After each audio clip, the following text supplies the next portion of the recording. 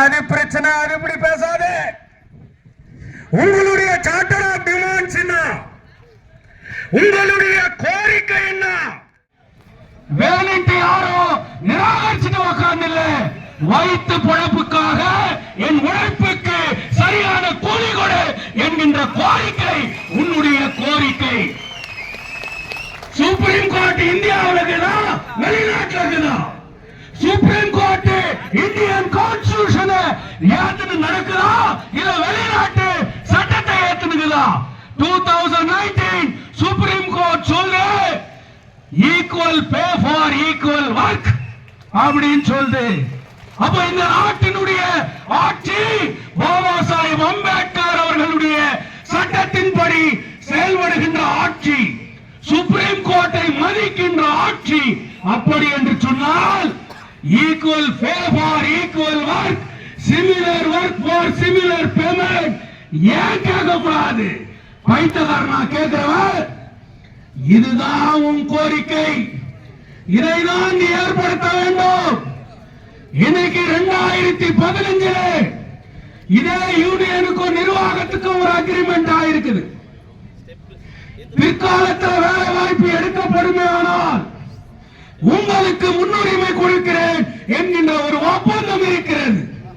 இப்ப ஆள் எடுத்து நிக்கிற எனக்கு தானே நீ முன்னுரிமை கொடுக்கணும். 20 வருஷமா செத்து நிற்கிறானே அவனுடைய உழைப்பை பார்த்து வேலை கொடுக்க வேண்டியது யாரு? எப்படி அப்பாயின்மெண்ட் ஆயிடும்? ஏன் அதுக்காக ஏன் பண்ணக்கூடாது? நீ எழுதி கொடுத்ததை அமல்படுத்து. இதுதான் நம்மளுடைய கோரிக்கை. மரியாதைக்குரிய இண்டஸ்ட்ரியல் மினிஸ்டர் அவர்களை மரமாற இருக்கரம் கூப்பி நல் எண்ணத்தோடு இங்க இருப்பவர்கள் அனைவரும் வருக ஏறுக என்று வரவேற்கின்றோம்.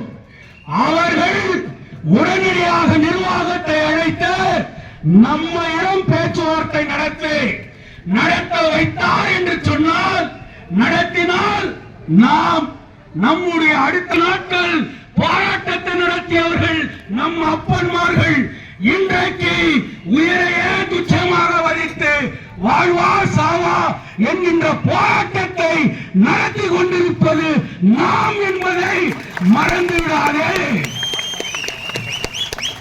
ஏமாந்து விடாதே, எதற்கும் அஞ்சாதே, ஒன்றும் பண்ண முடியாது. இது சட்டத்தின்படி நடக்கிற நாடு. அண்ணல் அம்பேத்கர் அவர்களால் ஏற்றப்பட்ட சட்டம்தான் அனைவருக்கும் ஈக்குவாலிட்டி ஃபார் ஆல். யாரும் உயர்ந்தவன் யாரும் தாழ்ந்தவன் இல்லை. இப்ப கத்தரன இப்படி நீ கத்தரான்னு பாபா சாஹேப் அம்பேத்கர் அரசியல் சாசன சட்டத்தில் சொல்லுகிறார். என் குரல் வரைய உன்னால நசுக்க முடியாது என்பது பாபா சாஹேப் அம்பேத்கர் அவர்களுடைய சட்டம் என்பதை நீ புரிந்து கொள்ள வேண்டும்.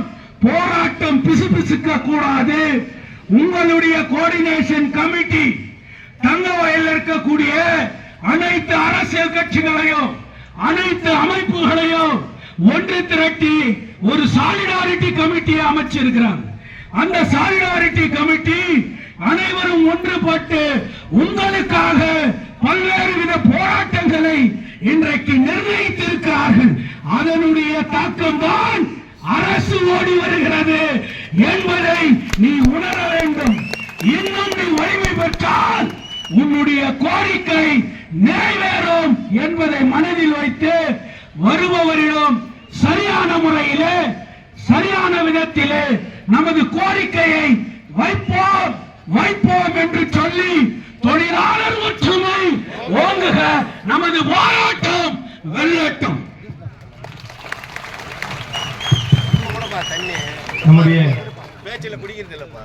நம்முடைய தலைவர் ஐயா திரு ஜோதி பாஸ் senior advocate KGF bar council அவர்களுக்கு நம்முடைய அனைத்து தோழர்களுடைய சார்பாக நன்றி கடந்த வணக்கத்தை கரகோஷத்துடன் தெரிவிக்குமாறு கேட்டுக்கொள்கிறேன்.